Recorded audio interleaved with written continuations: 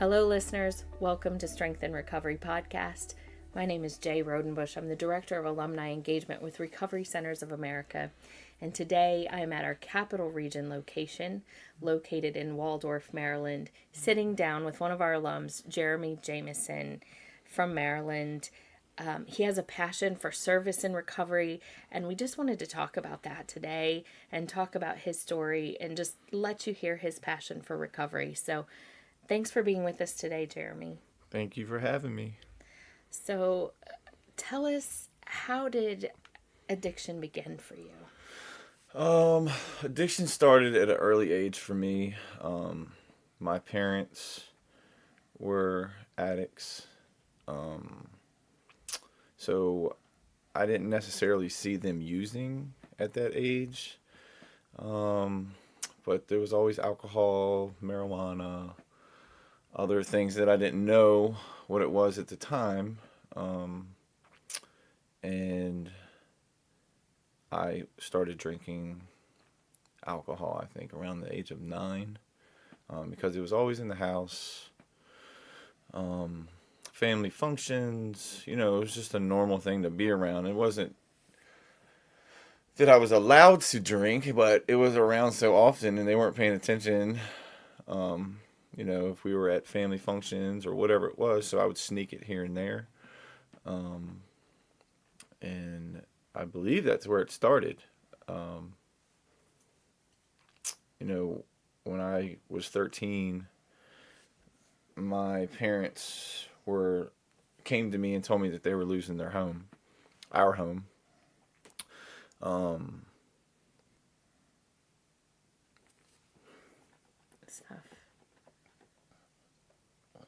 I didn't know that it was that severe or that was happening until they actually told me. Around that time, I was going to stay with a cousin of mine in Annapolis, Maryland. And I had been going there on the weekends, and it was like a normal, party weekend. I would go there, I would drink, I'd smoke pot. It was just a normal thing. And I was 13, I was having a blast. I thought it was fun. It was normal. So when this happened, we were losing our home. They didn't really know where they were going, so I begged and pleaded to go stay in Annapolis with my cousin, and they allowed it. So there was 10 people that lived in my house. 8 were using something: alcohol, marijuana, cocaine, heroin. There was one person for every drug in that house. I was using LSD at the age of 13. I was snorting cocaine at the age of 13. By the time I was 17, I was doing heroin. And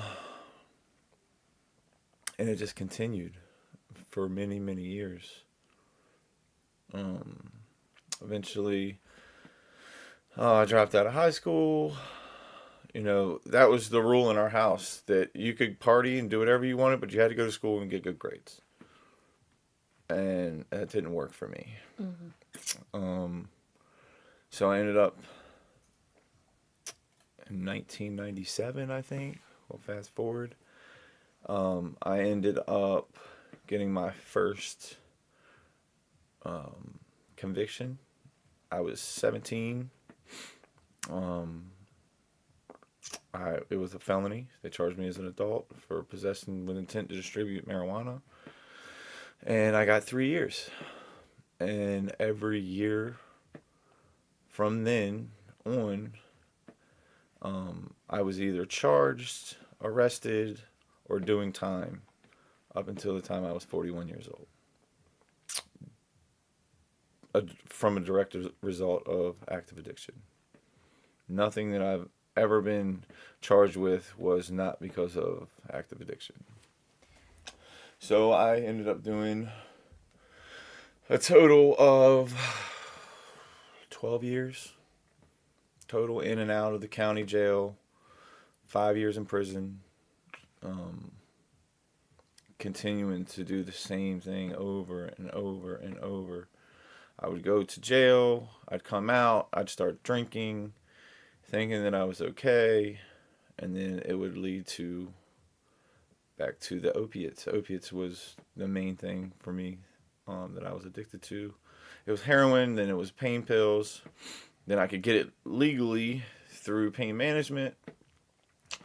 And I was getting oxycodone 30 milligrams, and I started to melt them down and inject them. And that's basically what took me over the edge. I overdosed. I bought prescription pills from someone on the streets, and I overdosed in the parking lot of CVS. And I was with my girlfriend at the time, and she called the ambulance, and they gave me Narcan. Mm-hmm. And I was revived, obviously, but it didn't stop me. It didn't stop me. It wasn't enough. So this last go around with the law, I think I did detox for 7 days at Recovery Centers of America. I took nothing home with me that none of the materials, none of the suggestions, nothing. I tried to do it on my own. How'd that work out? It didn't. It lasted for about 30 days, and I decided to stop and get a drink. That drink led to a pill. That pill ended up in my arm. I ended up assaulting my fiance. She called the police. The police came. I pulled 2 butcher knives out on the police, and I ended up in jail that night for assault on law enforcement and domestic. Wow. And you're sitting here today. We just came out of an awesome meeting in the other room with some of our alums. You've got a recovery t-shirt on. They said every week you wear a different t-shirt. Tell the listeners what your t-shirt says today. This one says, "Recovery didn't open up the gates of heaven and let me in. Recovery opened up the gates of hell and let me out." How did this happen? Well, I sat in jail in the state of Virginia, Commonwealth of Virginia, which I had never done before. I've always been in the Maryland system. So it was something out of my element. It was probably the worst experience of my life when it comes to being incarcerated. I sat there for a total of 100 days. I had a no bond. My lawyer kept saying the only way that I would be able to get a bond is if I were to accept the treatment facility. And I didn't want it. I had no intentions on going to a long-term treatment center at all. But after sitting there for 100 days, I asked him, "You think we could get that recovery center still?" So we went to court. I got an acceptance letter from a place in Richmond. I went to this place. They allowed it. I went there. And I surrendered. I did exactly what they suggested in that program. They said go to 90 meetings in 90 days. I went to 90 meetings in 90 days. They said get a sponsor. I got a sponsor. They said get numbers, get a support network, communicate with people outside of the meetings. When the meetings are over, don't just go to your car. Get phone numbers, get connected with people in recovery. And I did it. And I got honest. I got honest with myself.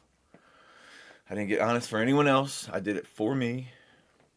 Talk to me a little bit about honesty. It's a program of honesty. Yes. Honesty, open-mindedness, and willingness. With these 3 things, you'll be well on your way. Easier said than done, right? Oh, yeah. So,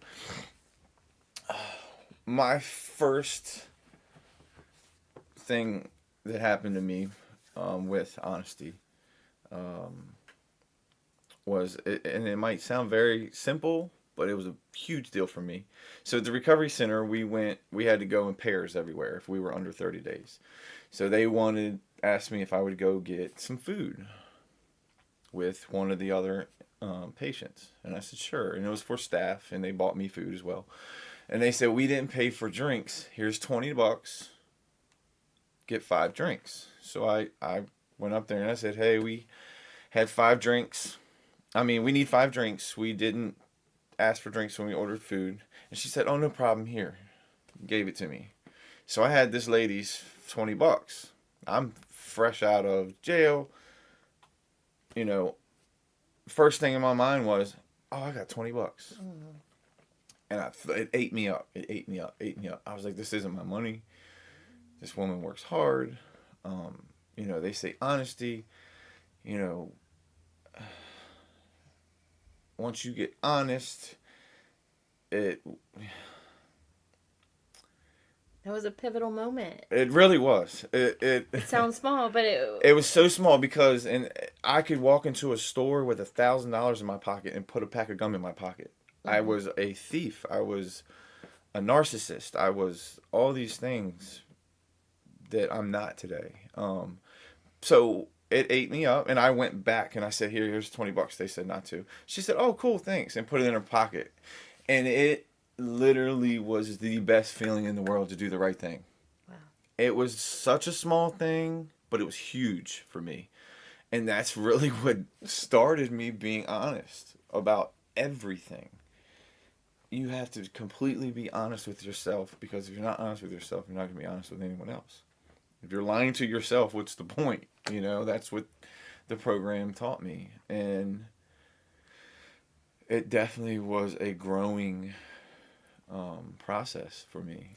You said you have to be honest with yourself, and that you indicate that you were lying to yourself all those years. Absolutely. What were some of the big lies you told yourself during your active addiction? I could drink.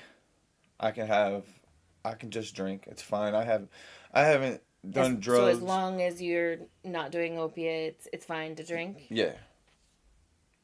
I can still go to pain management and get my pills, but I just won't use them. I'll sell them. Mm. Those were 2 major things for me. And it never lasted.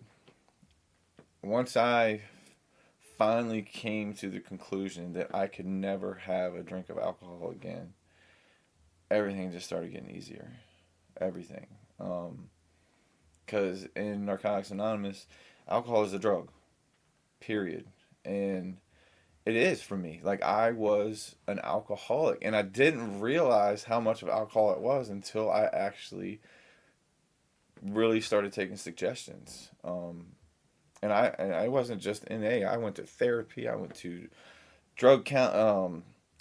addictions counseling. I went to therapy to talk about my childhood. I went to, my meetings. I went to, I did everything times 3 that was suggested to me, because I was just at my end. Like, I just was tired of repeating the same thing over and over again. I never knew what insanity meant until I started working a program. Mm-hmm. Repeating the same behaviors over, expecting different results, knowing what the result is actually going to be. Mm-hmm. And that's what I did for years. I was insane. Now, it looks like today, like, we're just sitting here. It looks like a miracle. But I know it didn't happen overnight. I know it's the result of a lot of little things and a lot of little steps that you took. So what was the first time where you go, this is the right path. This is the right step. This is the first miracle? The first real miracle for me, I believe, other than, the response I've gotten from my family, from other addicts in recovery, I had back to that court thing with the officer, I still had to go to court for that. Assault on law enforcement in this Commonwealth of Virginia is not a It's not a picnic. no, and they were looking to give me some time,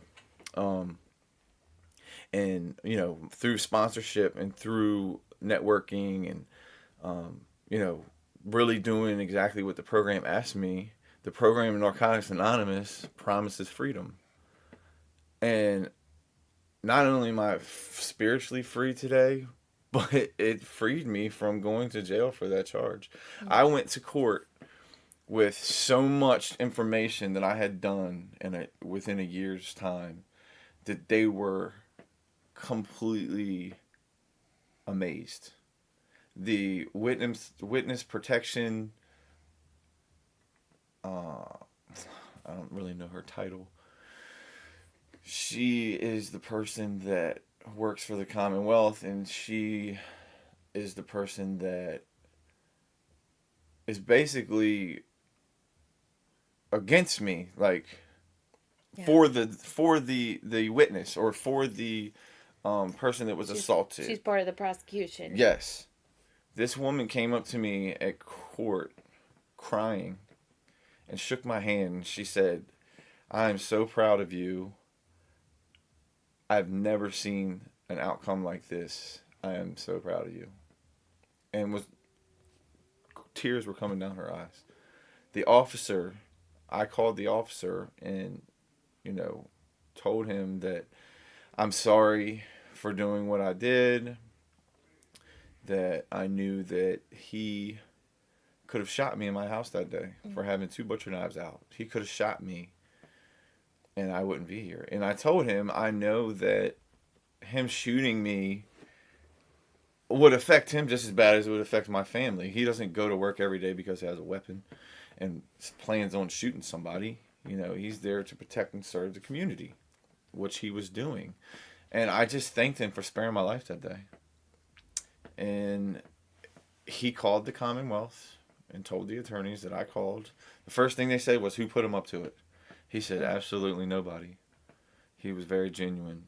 And he told me, he said he was very happy that I called, and he really did appreciate me calling him, and good luck on my second chance at life. And they reduced the felony to a misdemeanor, and I didn't have to go back to jail. I got a year probation. Unbelievable. If that's not a miracle. And so you're here now. How do you, and you're passionate about service. Talk to us about how you went from receiving those miracles and then putting it back into practice. So, reading the literature and working some steps and going to meetings, in the beginning, it was always said that you can only keep what you had by giving it away. So, when I started speaking out and talking about recovery and really showing my passion for it, someone reached out to me and said, "Would you mind telling your story?" And I did. And what I got from that was instant growth in my recovery. It opened me up. Newcomers came up to me and thanked me, told me how much it really helped them, how much my story really gave them incentive to really do the right thing, that they loved my passion, they could tell that I was sincere. And having another addict come up to me, someone that's new in the rooms, and come to me and tell me that I helped them was the best high I've ever had in my life. That was amazing. For someone to look at me, of all people, and say, "You helped me today." And that's a big reason why I walk around with these shirts.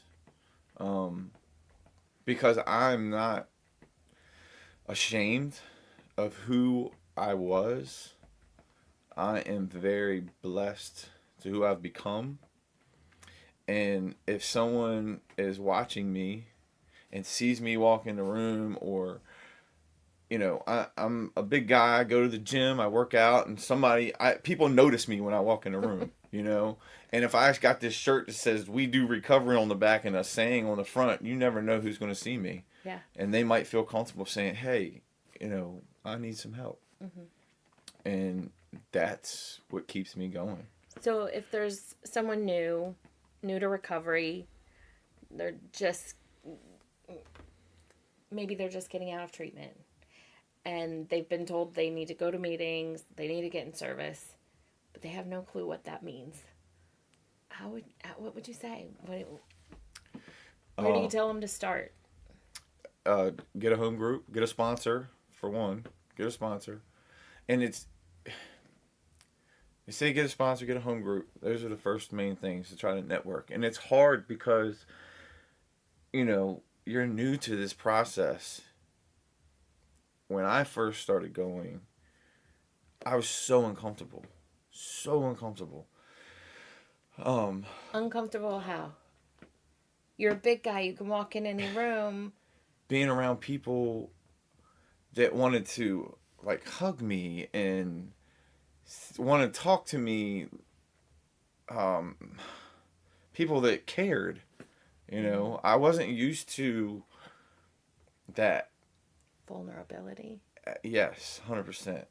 And that, they say keep coming back until you find something that works for you. So I kept coming back, and it got easier and easier and easier and easier. Like I would get these people's numbers. I might not call them right away, or I might call them once, but I got multiple people until I found comfort with people in recovery that have experience in it that I could talk to and I could feel comfortable with. That's why you keep coming back. So I keep saying you, I'm talking about myself. I was told that if you keep coming, it would get easier. So when I kept coming, it became natural. Like I'm not used to living like that, like being honest and opening up to people and talking about me. Letting people care about you. Letting people care about me. I had this wall up. Like the first time I spoke at a meeting, I said, I don't know y'all. I don't trust none of y'all. Mm-hmm. I said that. And a guy came up to me and he said, hey man, here's my number. I've been exactly where you've been. I didn't trust nobody in here when I first came here. And that's when somebody did that for me. So if I can do that for someone else, that's how the program works, I know I can't do this alone. I used to think, I'm good. I don't need to call this person, or I don't need to stay connected, or, I don't need this home group. I don't need these meetings. I absolutely need everything that they suggested. What if somebody says, service is telling your story. I can't get up in front of people. I can't tell my story. What other types of service are out there for people? Oh, I mean, when you get a home group, you ask to get a service position, and that could be, making coffee. That could be setting the chairs up. That could be cleaning up. And some people, will take it as like a disrespectful thing, thinking that I'm not making your coffee or cleaning up after you. That's how I felt in the beginning, because I've been in and out of jail my whole life. Like, what are you trying to belittle me or something? But it's really not. It's just trying to get you involved with people that you're not used to being involved with, that are in recovery, so they can learn who you are. And if you're there and you show up and it gives you okay, you have to make coffee. So that gives you a responsibility. You got to show up. People are counting on you. And if people are counting on you, you have less of a chance to go and use that day. Oh, I got to go to this meeting and set this coffee up. Because people are depending on you. The ability to keep a commitment. Yep. And when I say you're passionate about service, mm-hmm. Tell us the story. You told it tonight. It was hilarious. So you pulled over a cop. Okay, so just recently, I had been talking about getting in service because I came from, my recovery. The 9 months that I did in the inpatient recovery center was in Richmond, Virginia, and I moved back here. So I want to get involved. I came here and asked L'Oreal, the alumni coordinator at RCA, uh, how can I be of service? What do I do? Where do you need me?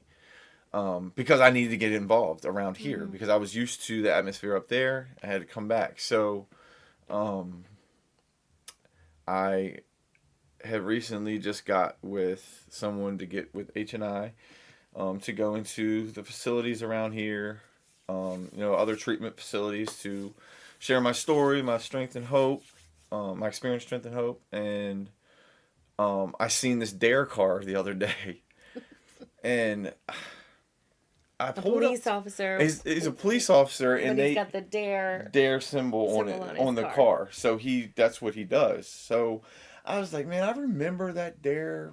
It's been so long since I've been in school. I know it's got something to do with school, and I know it's got something to do with drugs. I'm gonna follow this cop. So you start following the cop. I followed the cop for about 5 miles, and he pulled into a Chick-fil-A, and I pulled up next to him, and I said, what do you do? And I know you're a police officer, but what is it that you actually do? And I said, I'm only asking because I'm in recovery and I have my key tags, my clean time key tags hanging from my mirror. And he said, I know you. And I recognized who he was.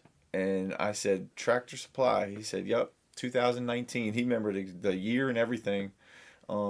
There was an incident that I had hit a car or something, and it was just a big mess. But it just so happened that it was someone that I knew, someone that knew I was in active addiction, and I pull up on him and ask him if I could be of service to come speak to the kids in school to prevent what I've gone through.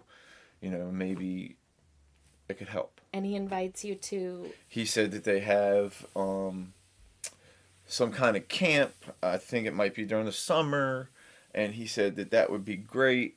I would be perfect for that. And he told me that he was very proud of me for doing what I'm doing, knowing where I come from. And I gave him my information and wrote it down for him. Awesome. Yeah. And the last time you saw him... It's 2019. That's the last time I seen him. Last time I seen him, he had his hands around my neck. Yeah. So it was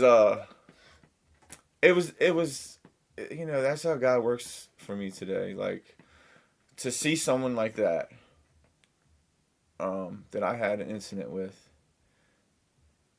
as a police officer, and to see me, and I didn't know who he was, and I just pull up, and I'm in recovery, and I want to be of service any way, shape, or form I can, and even with children, because that's where it starts. And it just so happened to be someone that I knew, and he knew that I was in active addiction, and him saying that he's proud of me, somebody of the community like that to tell me that they're proud, that, and especially knowing where I come from, it's just a great feeling. It's awesome. I like that you said do something to help the kids, because that's where it starts. We know we have an opioid epidemic. We know this is happening at younger and younger ages. What's the message for you? For the kids? You've been there. You've been through it. Of course, I would share my experience and why I used at a young age. I always wanted to fit in. I didn't feel like I fit in unless I did this or that. And I would just want to tell them that you don't have to. And I would explain to them what my life has been like for the last 25 years because I wanted to fit in. And I would be completely honest with them. I would tell them the war stories. I would tell them the prison, the stabbings, the using needles. They need to hear that, especially high school kids. Like, they see it on the social media these days. They see it on the news. why not hear it from somebody that's trying to send a message to them, that somebody that's been through it and can prevent it, even if it's one person that picks up on it and remembers my story. I'm helping somebody, because you're not going to save or help everyone. It's just reality of it. But if there's 10 out of 100, that's 10 out of 100 people that heard my story and it helped them. So that's what I'm passionate about. So what's life like today?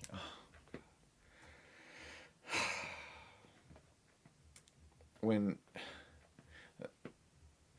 they say Narcotics Anonymous promises freedom,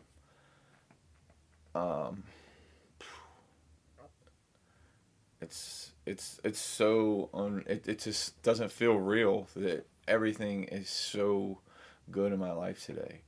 You know, I might not have the big old house and the brand new cars and the materialistic stuff. That means absolutely nothing to me.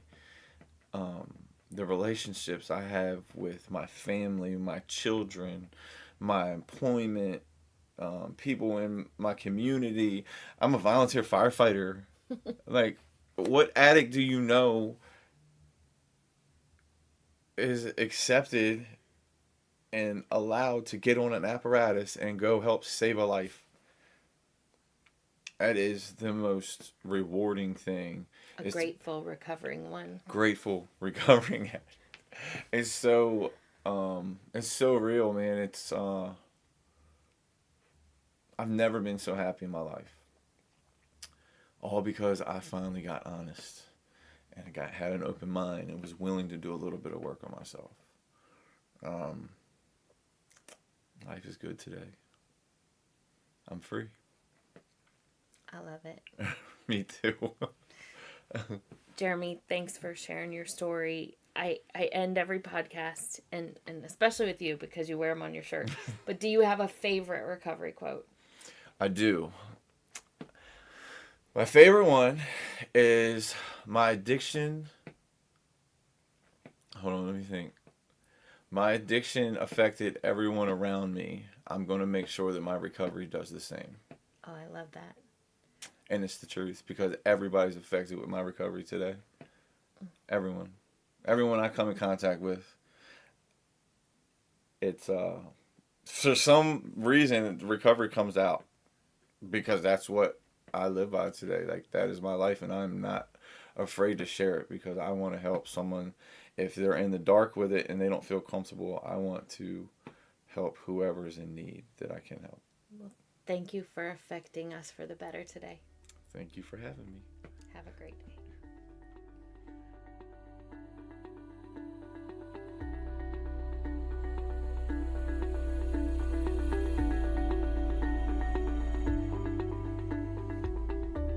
Thank you for joining us today for the Strength and Recovery podcast.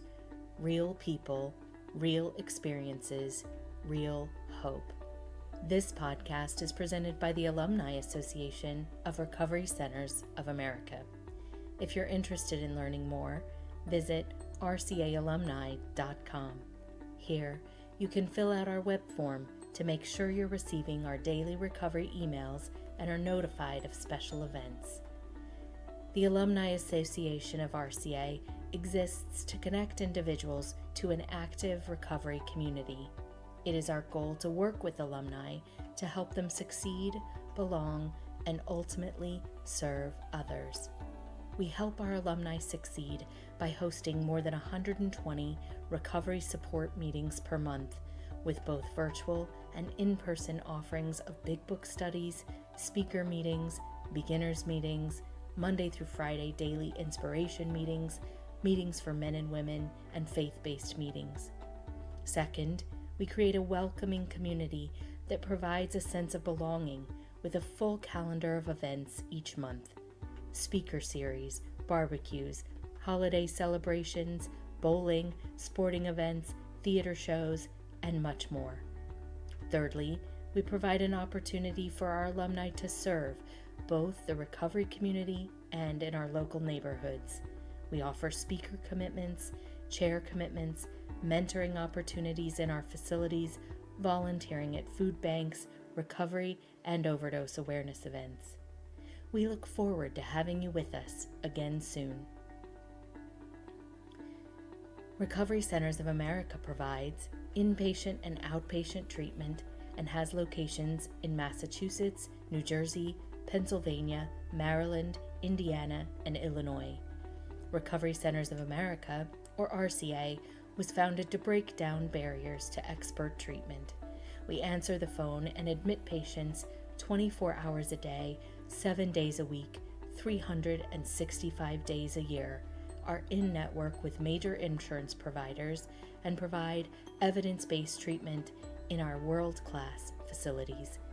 If you or someone you know needs help, call 1-800-RECOVERY and know we are here for you.